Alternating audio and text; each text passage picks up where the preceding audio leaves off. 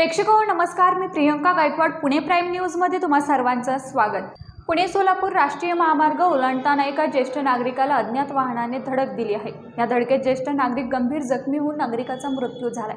ही घटना कदमापोस्ती ग्रामपंचायत हद्दीतील प्राजक्ता हडके पेट्रोल पंपासमोर 26 ऑगस्टला मध्यरात्री 11:15च्या सुमारास घडली आहे।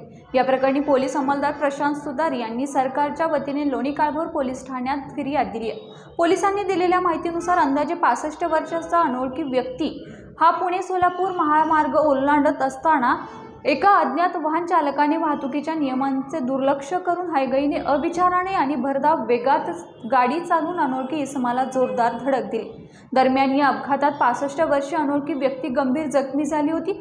तसेच त्यांच्या डोक्यातून मोठा रक्तस्राव झाला। त्यानंतर त्यांना पुण्यातील एका दवाखान्यात उपचारासाठी दाखल करण्यात आलं, मात्र त्यांचा उपचारादरम्यानच मृत्यू झाला। या प्रकरणी लोणी काळभोर पोलीस ठाण्यात अज्ञात वाहन चालकाच्या विरोधात गुन्हा दाखल करण्यात आलाय। या बातमीसह इथेच थांबतोय, मात्र तुम्ही पाहत राहा पुणे प्राईम न्यूज।